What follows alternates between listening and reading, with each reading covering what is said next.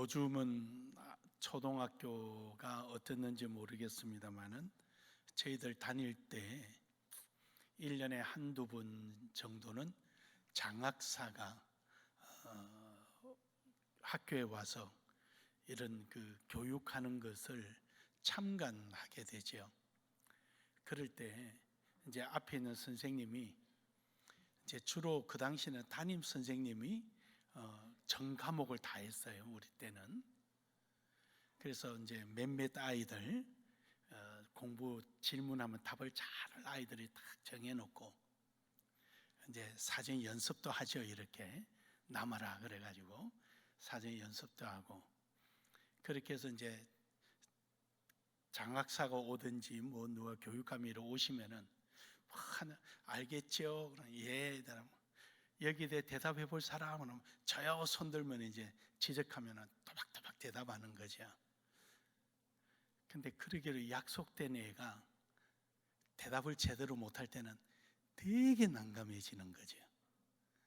그때는 선생님도 이제 얼굴이 붉어지고 뒤에서 함께 참관하던 교장 선생님도 얼굴이 붉어지고 이제 모두가 곤란해지는 거죠. 사실 그 정도는 별거 아니죠. 문제는 하나님과의 관계가 그렇다는 거예요. 하나님께서 이스라엘 백성들을 그 많은 민족 중에 택하셨단 말이죠. 택하고 나서 그들을 통하여서 하나님이 하실 계획이 있었지요. 즉 이스라엘 백성들을 제사장 나라로 삼고 이스라엘 백성들을 통해서 하나님이 살아계심을 알게 하고 그리고 그 하나님을 영화롭게 하는데 그 이스라엘 백성 택하셨단 말이죠. 근데 그들 택한 그들이 하나님의 부름 앞에 합당한 응답이 없을 때 그리고 합당한 역할을 하지 못할 때 너무너무 문제가 되는 거죠. 하나님은 얼굴이 빨개지시지는 않으실 거예요. 도리어 이스라엘이 괘씸한 거죠. 사랑하는 여러분, 올해도 하나님께서 우리에게 2023년이라는 시간 속으로 여러분과 저를 부르신 줄 믿습니다. 우리는 이 가운데 하나님 앞에 합당한 대답을 하고 응답을 하며 나아가기를 주의 이름으로 축복합니다. 하나님의 기대에 부응하는 그러한 성도, 그런 성도를 하나님은 기뻐하시고 복 주시고 은혜 주시고 하나님께서 끝까지 보호해 주시는 겁니다.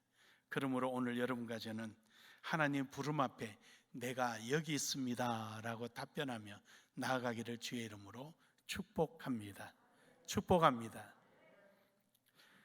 오늘 여기 있는 본문의 말씀은 이사야 43장의 내용은 크게 세 가지 내용이 담고 있습니다. 이사야 43장의 내용은 즉 이사야가 부름받아서 하나님의 사역을 하고 있을 때 이때 앞으로 있을 약 100년에서 150년 후에 있을 일들을 지금 예언하고 있는 거예요. 그 중에 이제 첫 번째가 무슨 내용이었냐면은 43장에 죄로 말미암아 죽을 수밖에 없는 이스라엘 백성들을 하나님께서 무조건적인 은혜로 그들에게 구원의 은혜를 주시는 거예요. 그들이 알든 모르든 상관없이 하나님이 무조건 은혜를 주신 거죠. 이것을 두고 우리가 신학적으로는 구원의 주권은 여호와께 있다라는 것을 공포하는 거지요. 두 번째로는 하나님께서 여기서 말씀하시는 것은 과거 애굽에서 구원하던 것과는 전혀 차원이 다른 구원의 역사가 있다. 다시 말하면 애굽에서 이스라엘 백성들을 구원할 때는 홍해라는 바다를 이용했습니다. 그래서 거기에 애굽 군대를 전부 다 몰살하고 이스라엘 백성들은 구원하셨거든요. 그런데 이제는 그런 방법이 아니라 깜짝 놀랄 방법이 있다. 그 방법이 뭐냐? 이방인을 왕으로 세우고 그를 기름 부어서 그로 하여금 이스라엘을 구원하게 하시겠다라는 것이죠. 바로 이 말씀의 뜻은 우리가 좀 신학적으로 표현하면은 하나님께서 모든 만물을 주관하는, 역사를 섭리하고 주관하는 분이다라는 것을 말하는 거죠. 이방인에게 기름을 부어서 그로 하여금 이스라엘을 구원하고 그들을 통하여서 예루살렘을 중건하고 그 모든 것을 섭리하시고 주관하시는 이가 여호와다. 이제 세 번째는 다시 이사야가 사역하는 시대로, 현재 시간으로 되돌아오는 거죠. 첫 번째, 두 번째는 앞으로 있을 100년, 150년 전의 시간으로 돌아갔다면 이제는 현재 시간으로 와서 이르니 이스라엘아 회개하라. 그러는, 회개하라. 너희가 회개해야 한다. 회개하지 않으면 나는 너희 선민이라 한다 할지라도 내가 심판할 수밖에 없다 라는, 이걸 또 신학적으로 표현하면 공의의 하나님을 선포하시는 내용이 이 43장 속에 들어있는 겁니다. 그 중에서 오늘 여기 있는 본문의 말씀은 바로 하나님께서 기대를 갖고 이스라엘 백성들에게 부르시고 은혜를 주시고 그들을 통하여 하나님 되심을 나타내시고자 하는 내용이 오늘 본문의 내용입니다. 그래서 하나님께서 이러한 은혜 주시고 부르시고 우리를 통하여 하나님의 이름을 널리 나타내고자 할 때 우리는 어느 자리에 있든지 내가 여기 있습니다 라는 응답된 삶이 되기를 주의 이름으로 축복합니다. 우리 서로 한번 인사합시다. 내가 여기 있습니다. 네. 서로 얼굴을 마주보며 했지만 하나님 앞에 한 겁니다. 한 번 더 하겠습니다. 내가 여기 있습니다. 혼자서 이렇게 하시면 좀 이상하게 보여요. 요즘은 좀 익숙해졌는데 한때는 서울이나 저런 대도시에 가면은 길거리 가면서 혼자서 중얼중얼 나는 나 부른 줄 쳐다보면 혼자서 중얼중얼 어째 대도시에 있는 사람 다 이상한 사람인가 했더니 이어폰 끼고 통화하느라고 그러는 거죠. 내가 여기 있습니다. 하나님께 어떻게 응답해야 되느냐? 첫 번째로는 부르심에 응답하자. 부르심에 부응하는 거예요. 즉 순종함으로 부응한다는 것이죠. 오늘 본문 말씀 21절에 보면 이러죠. 이 백성은 내가 나를 위하여 지었나니 나를 찬송하게 하려 함이니라. 즉 다시 말해서 하나님께서 이스라엘 백성들을 부르신 것은 하나님이 부르셨고 찬송하도록 하기 위해서 부르셨는데 이스라엘 백성들은 그렇지를 못했어요. 그들은 자기 자랑하고 자기 드러내고 자기 이야기하느라고 바쁜 거예요. 우리는 하나님의 역사하심을 이야기하고 하나님께서 내게 어떻게 하셨냐 그것을 드러내고 찬양하고 해야 되는데 자기 일만 이야기하고 있는 거죠. 이사야 44장 28절에 보면은요, 고레스에 대하여 이르기를 내 목자라 그가 나의 모든 기쁨을 성취하리라 하며 예루살렘에 대하여 이르기를 중건되리라 하며 성전에 대하여는 내 기초가 놓여지리라 하는 자니라. 즉 이스라엘 백성들에게 앞으로 있을 100년이나 150년 이후에 이스라엘 예루살렘이 함락되고 70년 동안 짐승과 숲으로 우거지고 문짝이 뜯어져 나가고 돌 위에 돌이 남지도 않고 성전에 붙어있던 금붙이가 다 떨어져 나간 폐허되어 있는 이스라엘을 내가 내 종 하나를 세우리라. 그가 고레스다. 그에게 기름을 부어서 그로 말미암아 다시 중건하게 될 것이다. 이 약속을 하나님 주신 거예요. 그러면 이스라엘 백성들은 이러한 약속을 받으면은 그때를 소망하고 기다리고 하나님 앞에 기도하고 해야 되는데 이들은 이러한 약속은 온데간데 없고 자기 마음대로 자기 좋을 대로 생활한 거죠. 결국 그러다가 그들은 바벨론의 포로로 잡혀와서 70년 동안 포로 생활을 할 수밖에 없었죠. 그런가 하면 하나님께서 고레스에게도 그렇게 하신 거예요. 이게 무슨 말이냐면요, 느부갓네살이 죽고 나서 벨사살이 이제 왕이 됐잖아요. 그가 왕이 되고 나서 있을 때 고레스가 쳐들어왔어요. 그 쳐들어와서 그 성을 에워쌌죠. 그러나 난공불락이에요. 도무지 궁 안으로 들어갈 수가 없어요. 이유는 밖으로 큰 호수를 만들어 가지고 그 안에 들어갈 수가 없는 거예요. 배를 타고 가면 위에서 그냥 화살을 쏘든지 기름을 부으면 다 죽어버리잖아요. 그래서 밖에서 고레스가 아무리 구상을 해도 안 되니까 화가 날 대로 난 거예요. 그래서 아무 계획도 없이 화가 나니까 이제 철수를 앞두고 꼬랑이나 파라! 그래가 막 꼬랑을 파버린 거예요. 꼬랑을 7물기로 파버린 거죠. 그랬더니 물이 쫙 빠지고 나니까 유입되는 물보다도 빠지는 물이 더 많다 보니까 개구멍이 나온 거예요. 그래서 그 밤에 그리로 들어가서 성문을 열고 벨사살이 그 당시에 예루살렘 성 안에 있던 하나님 앞에 사용되는 성물들, 이런 잔에다가 술을 담고 퍼마시며 하나님을 조롱하는 그 순간에 고레스가 들어갑니다. 그 고레스가 들어가서 그들을 전부 다 멸절시키고 정복하게 되죠. 그때 정복할 때 다니엘을 만납니다. 다니엘을 만나는데 다니엘이 그때 성경을 보여줍니다. 그 성경 내용이 이사야 45장 1절에서 7절의 내용입니다. 이사야 45장 1절에서 7절, 우리 다 같이 한번 합독합니다. 시작. 여호와께서 그의 기름을 부음 받은 고레스에게 이같이 말씀하시되, 내가 그의 오른손을 붙들고 그 앞에 열국을 항복하게 하며 내가 왕들의 허리를 풀어 그 앞에 문들을 열고 성문들이 닫히지 못하게 하리라.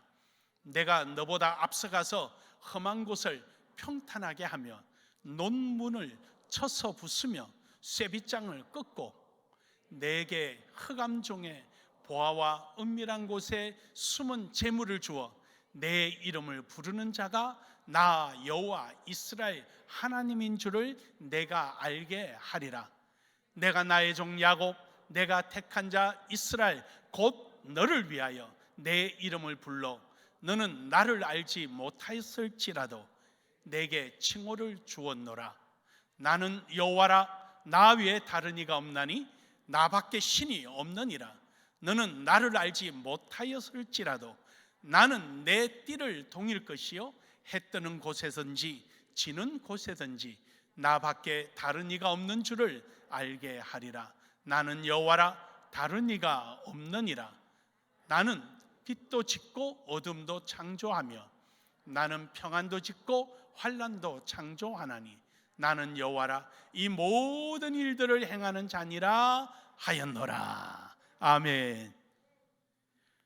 하나님께서 이스라엘 백성들을 불러서 그들로 하여금 하나님을 찬양하게 하고 널리 하나님을 알게 하고자 그들을 불렀지만, 그렇게 하나님 앞에 택함을 입은 이스라엘 백성들은 온데간데 없는 거예요.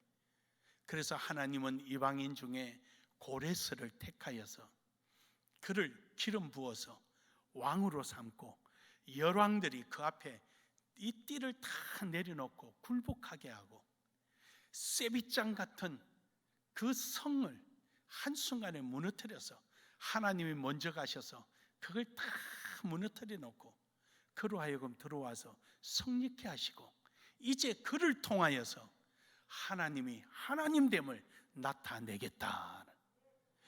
여러분, 어떻게 보면 참 슬픈 이야기예요, 그죠? 하나님으로부터 그 많은 은혜를 입고 특별하게 선민으로 택함을 받은 그들이 그 역할을 못하니까 이방인을 불러서 그 일을 하도록 하신 거예요. 사랑하는 여러분, 유대인들이 하나님을 알지 못하고 지금도 저렇게 율법 속에 빠져 있는 저들 때문에 하나님을 드러내지 못하니까 나눔의 교회를 택하셔서 하나님이 그 일을 하게 하심을 믿으시길 바랍니다. 믿으시길 바랍니다. 그들은 자기 민족만 생각하고 있을 때 하나님은 이방 중에 대한민국을 택하시고 그 중에 나눔의 교회를 또 택하시고 그 일을 하실 수 있도록 저 필리핀까지 캄보디아까지 하나님께서 그 일을 하시는 하나님을 찬양하기를 주의 이름으로 축복합니다. 이사야 43장 7절에 보면은 무릇 내 이름으로 일컫는 자 곧 내가 내 영광을 위하여 창조한 자를 오게 하라. 그들을 내가 지었고 만들었느니라. 그래서 여러분과 저는 이렇게 대답하는 거예요. 내가 여기 있습니다 라고 대답하는 거예요. 할렐루야. 하나님, 우리가 여기 있습니다 라고 대답하는 거예요. 하나님께서 그 일을 하시기 위하여 부르시고 택하신 분들, 여러분, 하나님께서는 우리를 택하셔서 그 일을 하시고자 하는데 응답하지 못하니까 쓰임받지 못하는 거예요. 부르실 때 순종하고 가면은 하나님께서 하실 텐데 말이죠. 그러므로 여러분, 오늘 여러분과 저는 하나님 부르실 때 응답하고 가기를 주의 이름으로 축복합니다.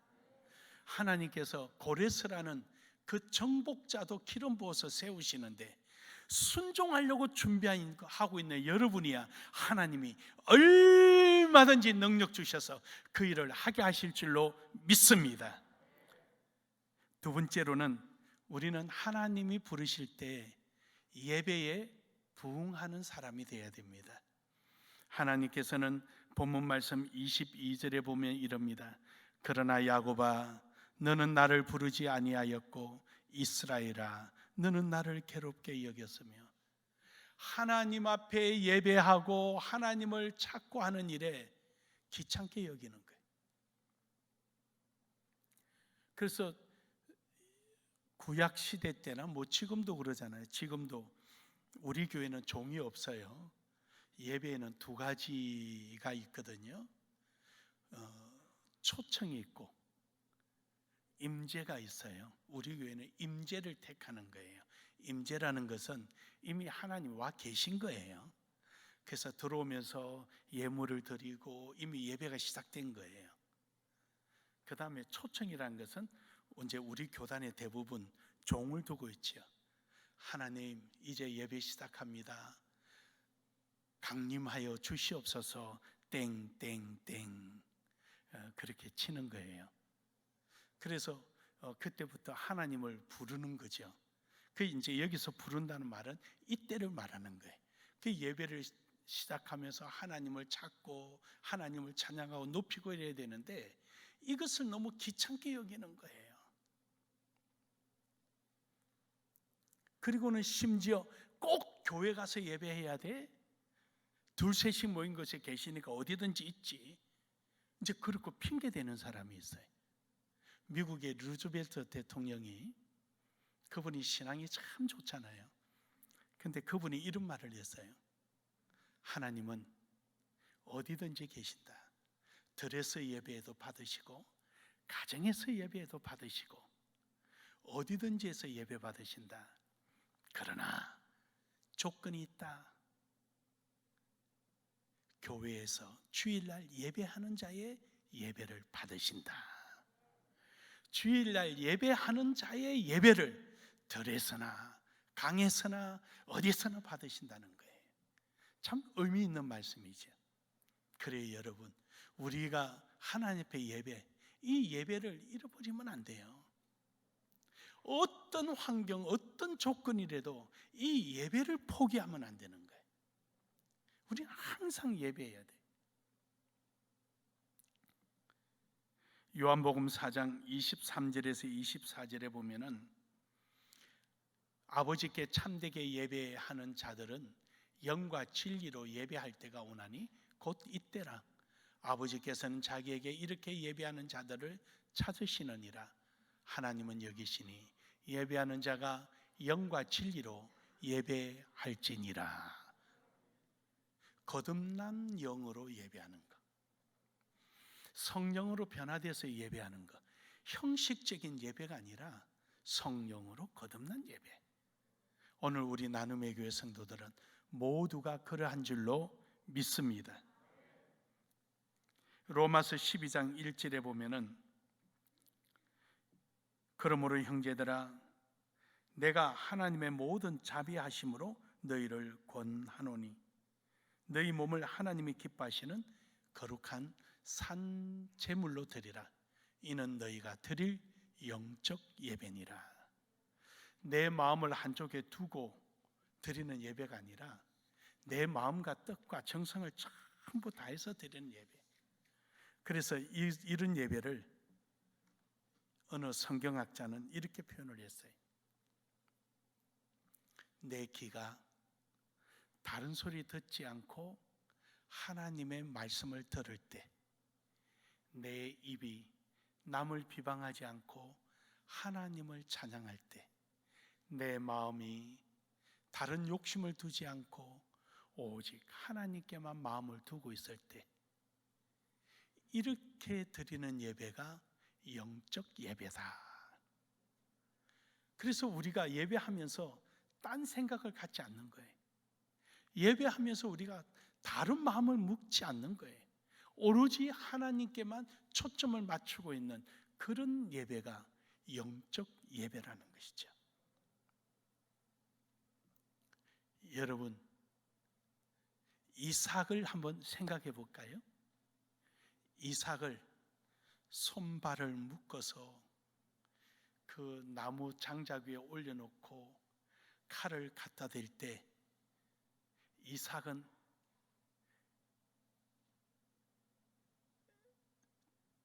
무슨 이스마엘 생각했을까요? 그때 이스마엘이 나를 괴롭히고 막 했는데 그때 이스마엘 생각을 하고 있을까요? 내가 뭘 맛있는 것 좀 먹고 죽을 걸 이 생각했었겠어요? 온통 그 순간은 자이든 타이든 환경이 하나님께만 매달려 있을 수밖에 없어요. 다른 생각할 겨를이 없어요. 이것이 바로 능동적인 이러한 자세가 영적 예배다. 여러분이 오늘도 예배할 때 마치고 어디 가야지, 저렇게 해야지, 이런 생각, 그런 생각 가지는 거 아니에요. 우리 목사님은 왜 그래 잘생겼지, 이런 생각도 하지 말고 오로지 하나님만 생각하는 거예요. 할렐루야. 딴 생각 아무것도 하지 말아요. 어떻게 하면 하나님 앞에, 어떻게 하면 하나님의 영광을 위해서 그 생각만 하는 거예요. 이것이 바로 우리가 영적으로 드리는 예배인 것이에요. 요한복음 1장 47절에서 48절에 보면은 예수께서 나다나엘을 무화과 나뭇잎에 밑에 있는 것을 보고 그때 알았다 그럽니다. 그는 예수님과 나다나엘 외에는 알기는 힘든 문제죠. 주로 이스라엘 사람들은 성경을 보거나 이럴 때 무화과 나무 밑에 있습니다. 왜냐하면 입이 넓기 때문에 그늘이 지죠. 근데 거기서 그는 성경을 보면서 하나님 나라를 생각했기 때문에 그것을 예수님이 이미 알고 있었던 거죠. 그러한 전심, 누가 알아주나 알아주지 않더라도 진정으로 하나님 앞에 드려지는 그 마음, 그것을 하나님은 기뻐하는 것입니다. 여러분이 찬양할 때나 하나님 앞에 예물을 드릴 때나 여러분이 그런 삶이 하나님만을 생각하고 살아가는 거예요. 여러분이 교회 와서 헌신하고 봉사하고 때로는 좀 힘들고 어렵지라도 불평불만하지 않고 나 하나의 이러한 수고로 많은 사람에게 하나님의 이러한 은혜들을 전파할 수 있고 교회 와서 하나님 안에서 감사를 누릴 수 있다면 그것만 해도 감사한 거예요. 그러므로 여러분, 이러한 은혜가 있기를 주의 이름으로 축복합니다. 에베소서 1장 6절에 보면은 이는 그의 사랑하는 자 안에서 우리에게 거저 주신 바 그의 은혜의 영광을 찬미하게 하려 하는 것이라. 하나님 앞에 예배라는 것은 말씀에 듣는 것도 있지만 찬양도 있는 거예요. 하나님 앞에 찬양할 때 내게 주신 은혜에 대한 생각하면서 찬양하는 거예요. 에베소서 1장 12절에서도 보면은 이는 그리스도 안에서 전부터 바라던 우리로 그의 영광의 찬송이 되게 하려 하심이라. 하나님 앞에 찬양이 되기 위해서 내 삶을 살아가는 거예요. 예배가 교회 안에서만 이루어지는 것이 아니라 밖에 나가서는 내 삶이 예배가 되는 것입니다. 이제 하나님을 알리고 나타내고 드러내는 이런 삶이 있기를 주의 이름으로 축복합니다. 마지막 세 번째로는 은혜에 부응하는 신앙이 되어야 할 것입니다. 하나님 앞에 하나님 내가 여기 있습니다. 그는 은혜에 부응하는 삶, 즉 감사하는 생활이죠. 23절에서 24절에 보면 이럽니다. 내 번제의 양을 내게로 가져오지 아니하였고 내 제물로 나를 공경하지 아니하였느니라. 나는 제물로 말미암아 너를 수고롭게 하지 아니하였고 유향으로 말미암아 너를 괴롭게 하지 아니하였거늘 너는 나를 위하여 돈으로 향품을 사지 아니하며 희생의 기름으로 나를 흡족하게 하지 아니하고 내 죄짐으로 나를 수고롭게 하며 내 죄악으로 나를 괴롭게 하였느니라. 아멘. 그러니까 하나님께서 내가 너희가 양을 내게 드리고 하는 것으로부터 수고롭게 하지 않았다. 그 말은 뭡니까?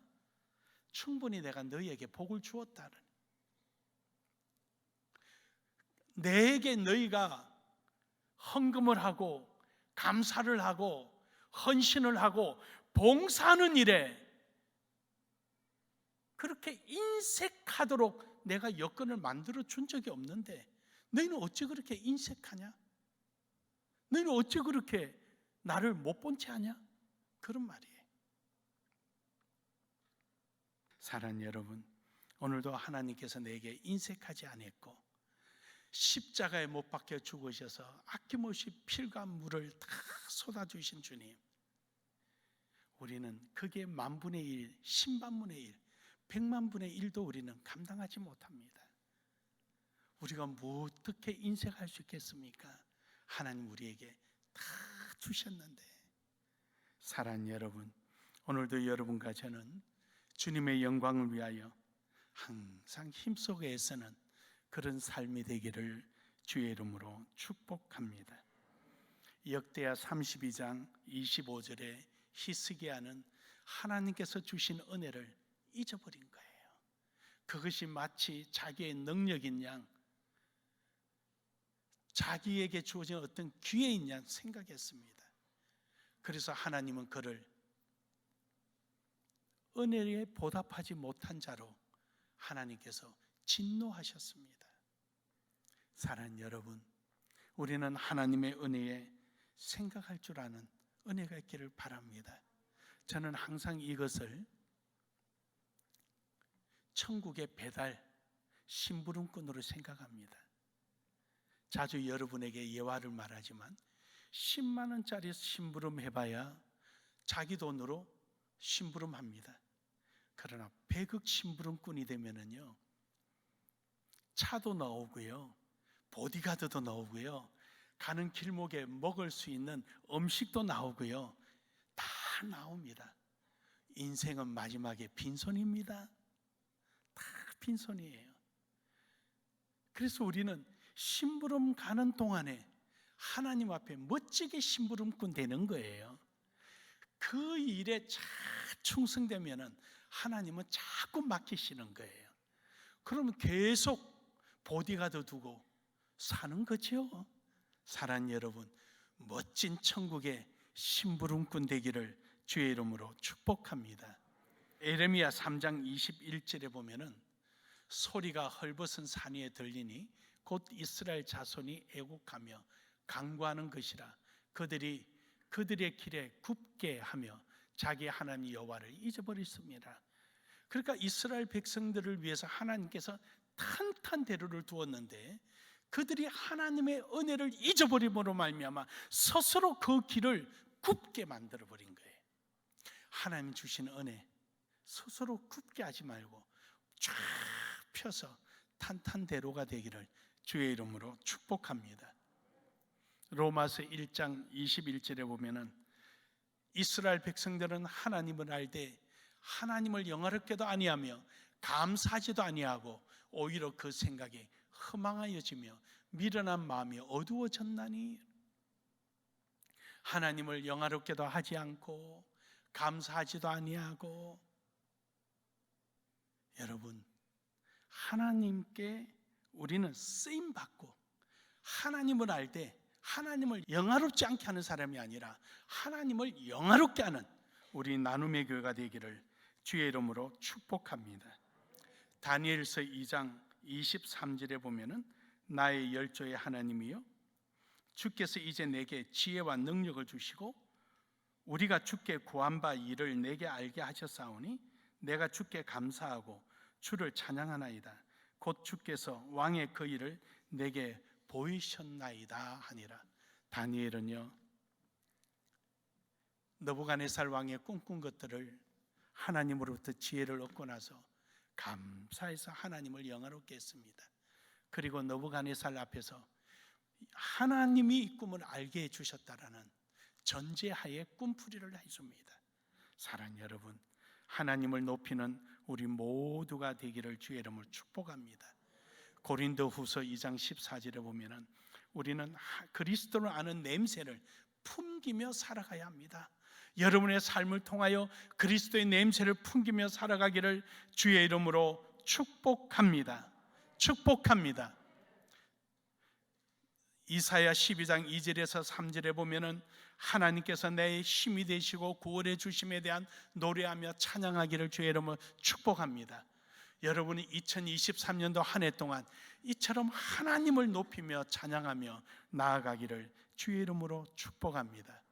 결론적으로 여러분, 데살로니가전서 5장 18절에 보면은 범사에 감사하라, 모든 일에 감사하고. 우리는 불평불만이 아니라 염려 걱정이 아니라 우리는 딴 생각이 아니라 하나님께 감사하면서 하나님 나를 불러주심에 감사하고 내가 여기 있습니다. 내가 있는 자리에서 그리스도의 향기가 나게 하고 입을 벌리면 하나님을 찬양하고 내 마음속에는 하나님께 소망을 두고 손발은 하나님의 선한 일에 동참하며 이렇게 나아가는 바로 그 자리가 예배하는 자리요, 하나님의 부름의 자리요, 그 자리가 하나님께 응답하는 자리입니다. 이러한 삶을 통하여 하나님의 주시는 많은 은혜들을 또 누리고 누리기를 주의 이름으로 축복합니다. 축복합니다.